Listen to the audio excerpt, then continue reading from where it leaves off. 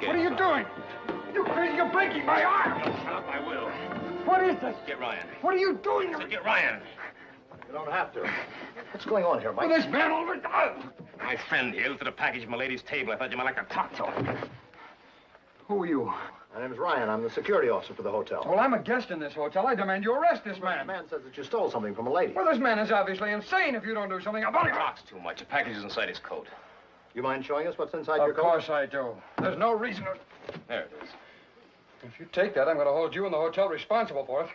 You sure of this, Mike? Positive. If that's his package, maybe you can describe what's in it. Of course I can. It's a diamond bracelet with a broken catch. I'm taking it to be repaired. Sure, yeah. Open it up. I don't know, Mike. I'm a patient man, and I'm warning you for the last time. If you open that, I'm going to sue you and the hotel. Open it up. Come on. Well, look, Mike, Open it up! Look, I saw him take it.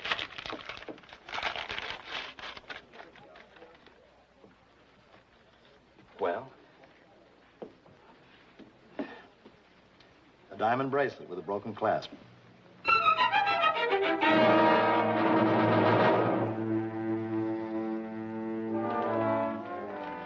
A young lady downstairs said that I was wanted in Mr. Ryan's office. Hi, Mr. Ryan. Won't you come in and sit down, please?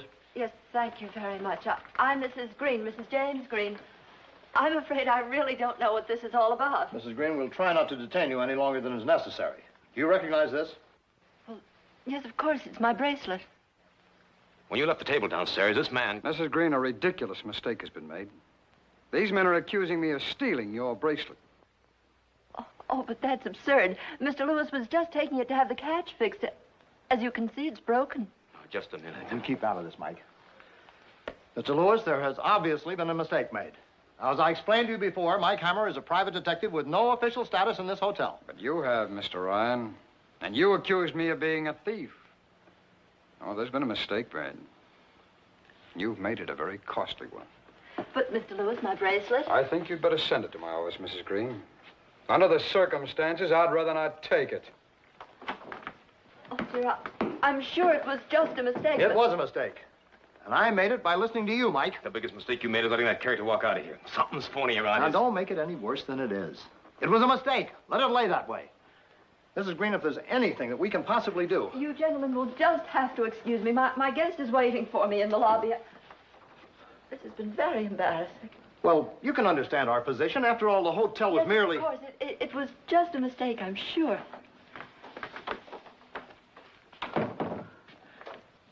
When you make a mistake, Mike, you really make a king-size one, don't you? Mistake nothing. Look, something stinks around here, Ryan. I can smell it. Can't you see that? I can see that the hotel is facing a lawsuit. You gonna stand still for this? You bet I'm going to stand still, and I'm going to hope real hard that it blows over. Yeah, well, not me.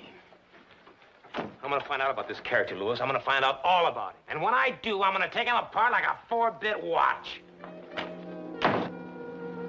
With Pat Chambers' help, I went through the police files. There was nothing on either Lewis or Mrs. Green. The next best source of information were the newspapers. Every newspaper has a morgue. This is the final resting place for dead speeches, forgotten celebrities, lost reputations, and buried crimes. The Daily News in New York has one of the most complete. But it was a dry run. I knew I'd been had. What I had to find out was why.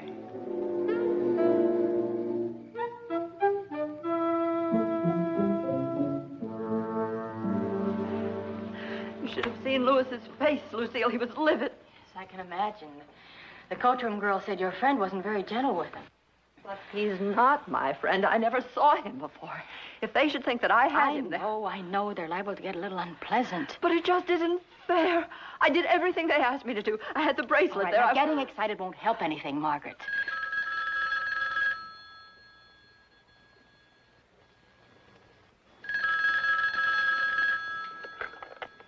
Yes?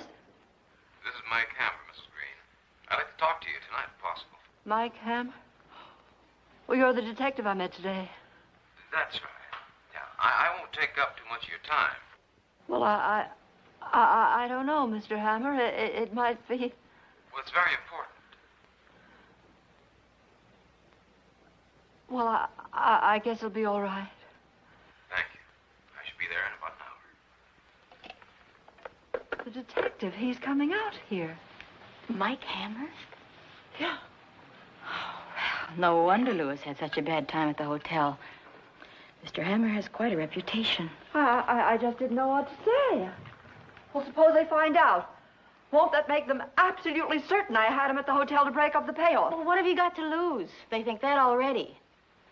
You may have a lot to gain. What do you mean? Well, Mr. Hammer may be able to handle them for you.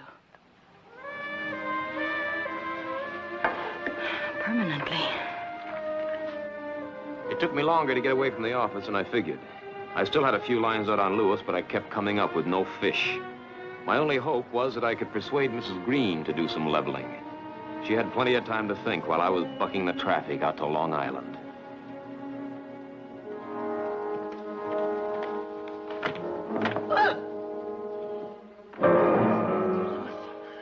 What were you doing in my room?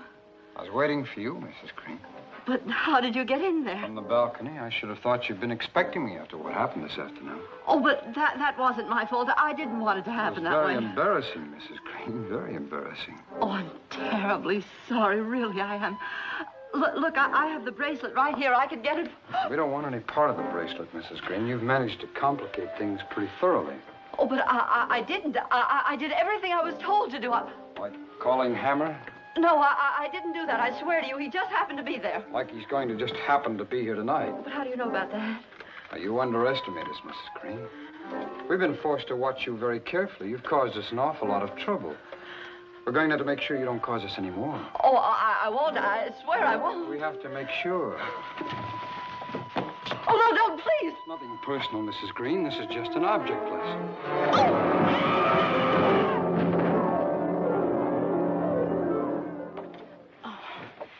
Oh, are you Mike Hammer? That's right. Mrs. Green's expecting me. Oh, thank heavens. Something awful has happened. She had an accident. She fell down the stairs. Oh, it won't do you any good to go up. The doctor just left. She's under sedation. Who are you? What do you fit into this? I'm Lucille Hart. I'm a friend of Margaret's. Lucille Hart? I was in the library, and she went upstairs to freshen up, expecting you. And I heard her scream, so I rushed out, and here she was at the foot of the stairs. Was there anybody else in the house? Just the maid. She's up with Margaret now. And I don't suppose that she saw anything either, did No, she? she was in the kitchen. Uh-huh. Why, you don't think it was an accident? Well, Miss Hart, is she in the habit of falling downstairs?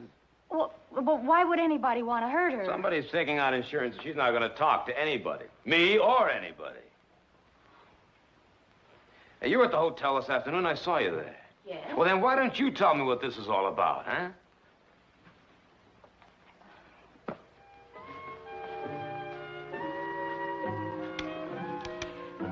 If I do, will you help me? Well, that all depends. Not here. I can't talk here. Why not? May I drive back to town with you?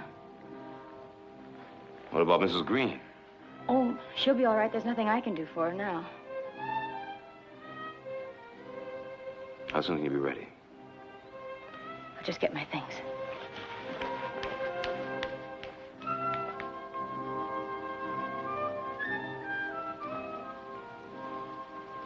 I'll wait.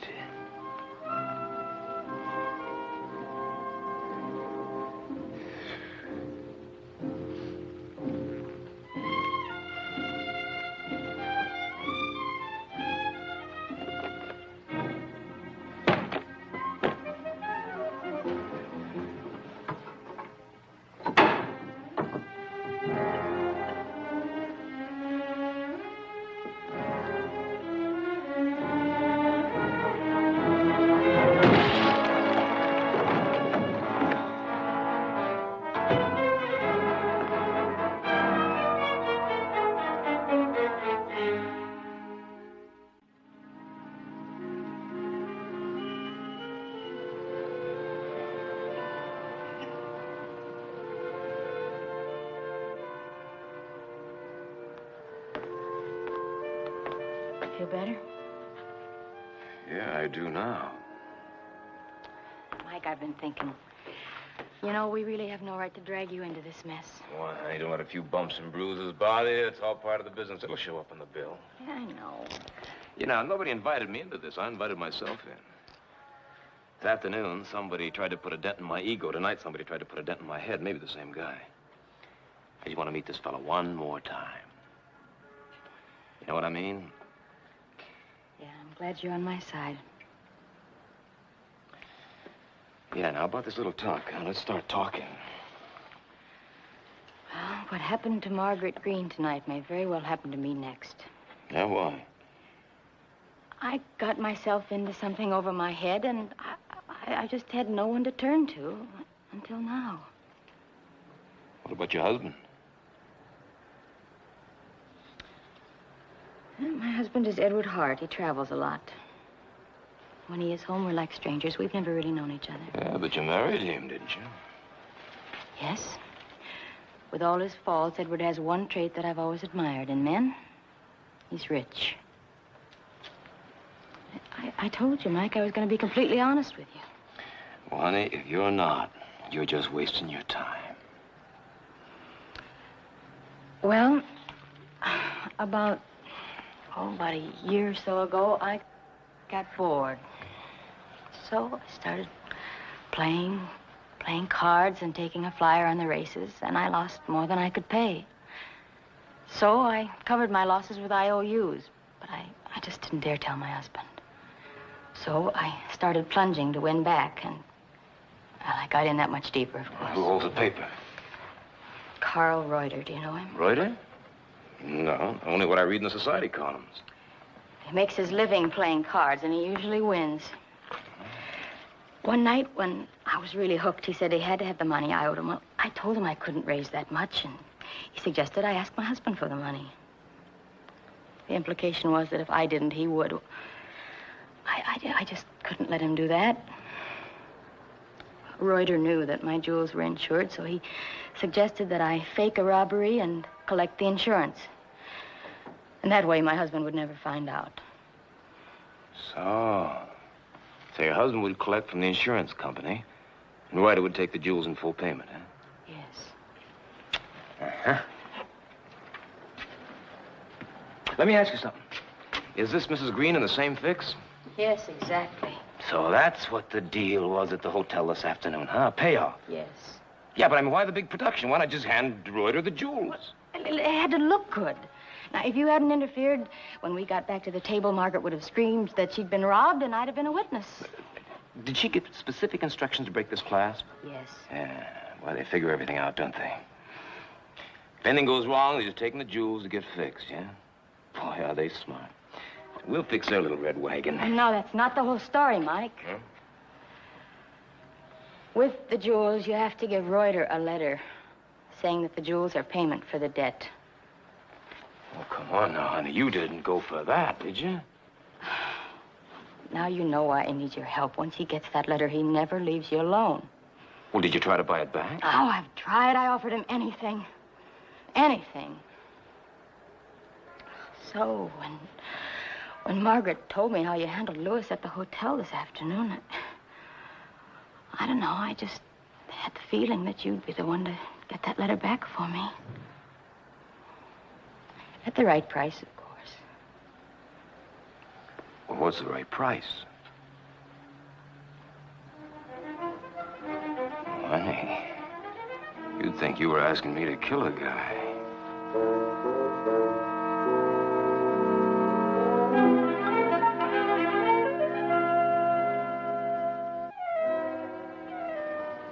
Carl Reuter lived in a modernistic pile of concrete and plate glass overlooking the East River on Sutton Place. He had penthouse B.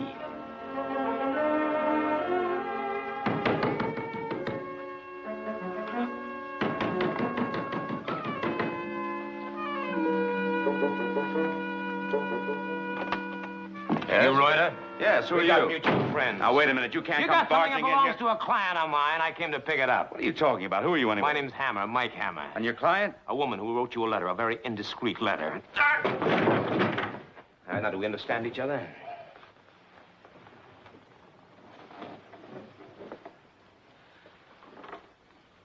Suppose there was such a letter. Why should I give it to you? Because she's paid for it a half a dozen times over. You're being ridiculous. If I have something belonging to a client of yours, why doesn't you take me to court? Take me to the police. Oh, she can't go to the police. That letter says she was using her jewels to pay off a debt to you. Those jewels were later reported stolen. Well, in that case, your client's in no position to do me any harm, is she? Legally, no. That's why she came to me. You? What can you do? I can persuade you to give her back her property. Now, you may be as toothless as the day you were born by the time you see it my way, but you will see it my way. You know, that's right. My client can't go to the police, but then neither can you, Reuter. That's right. No matter what I do to you, you can't go to the police. You know, I hate men who live off women. You know, it's going to be a real pleasure convincing you. The only trouble is, I don't think you're going to hold out long enough to make it worth my while.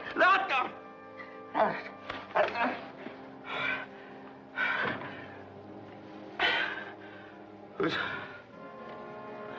letter are you talking about? I figured there'd be more than one. Just to be on the safe side, I'll take them all. Oh, I don't have them here. How soon can you get them here? By tonight, I guess. All right, you have them in my office by midnight. That's my office by midnight. You know, Ryder, this was a social call. I was on my best behavior. If you don't get those letters in my office by midnight, the next call won't be so social. Yeah?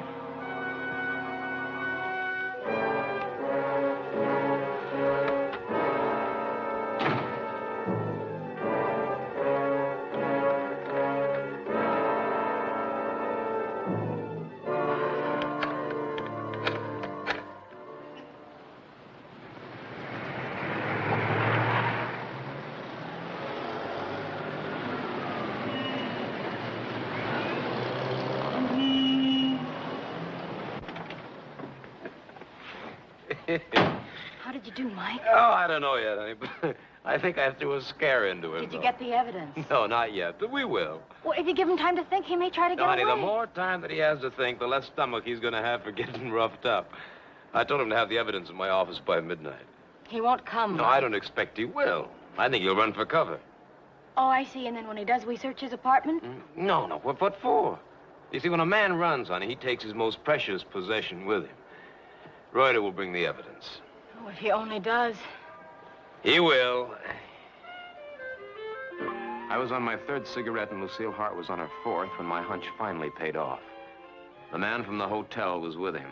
And from the amount of baggage they were carrying, they weren't going to the corner for a newspaper. Mike, it's Reuter. He's got Lewis with him.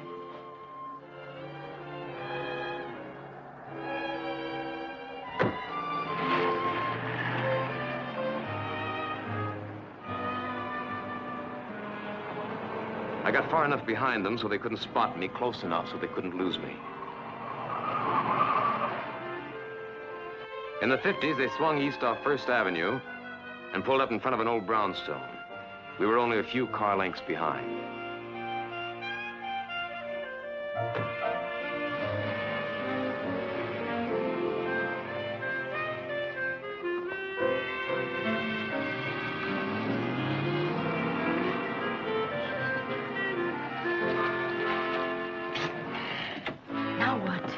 From here in, it's my baby. Now, you take the car back to your place and wait. Mike, be careful.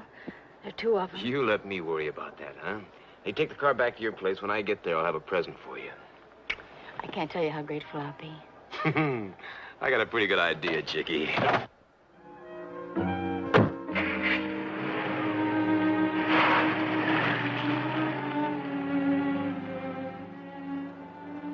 I kept the building under surveillance.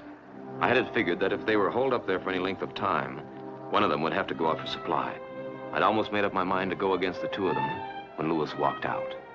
That meant Reuter was in there alone with only the evidence I wanted to keep him company.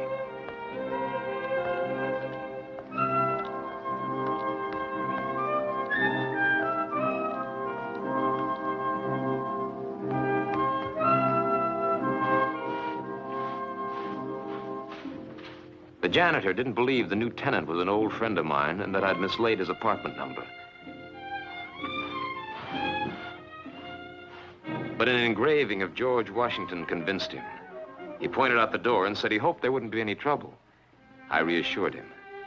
Taking the evidence away from Reuter wouldn't be any trouble. It would be a pleasure.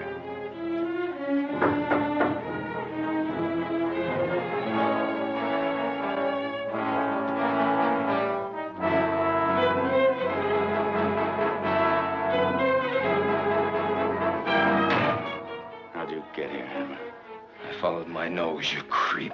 You were bound to get into trouble if you kept sticking your nose into other people's business. Get your hands up on the back of your neck where I can see you. Move!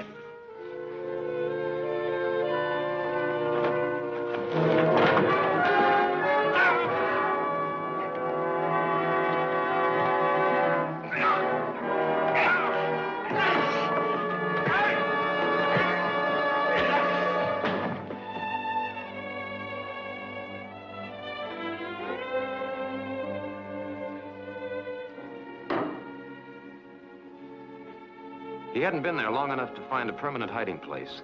That briefcase had to be someplace close by.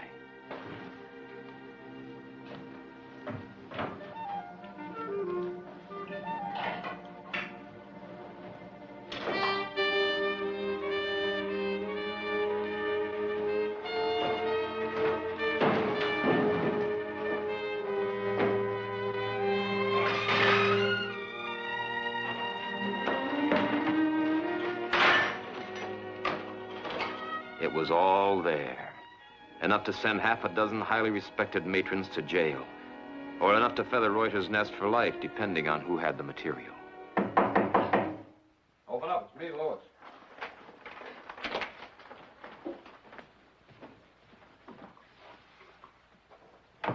Remember me?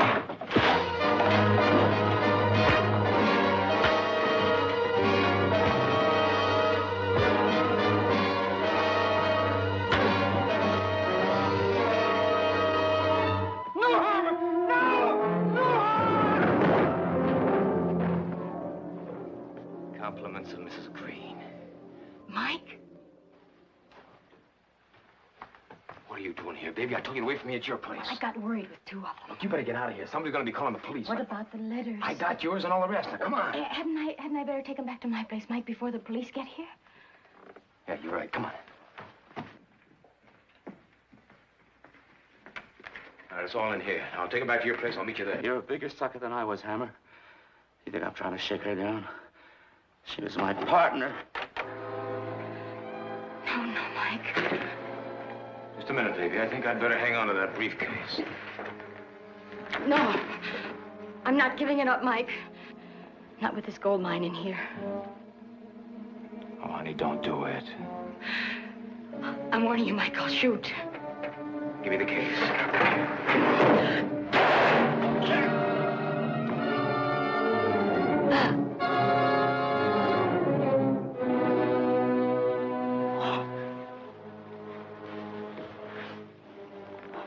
Hold on, baby. Hold on. I'll get an ambulance. Oh, no, it's too late, Mike.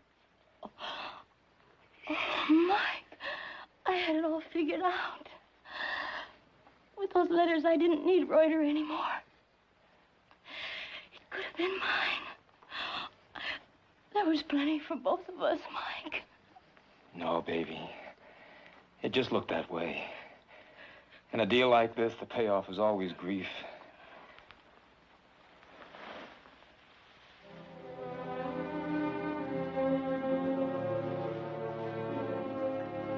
It's always grief or a shroud.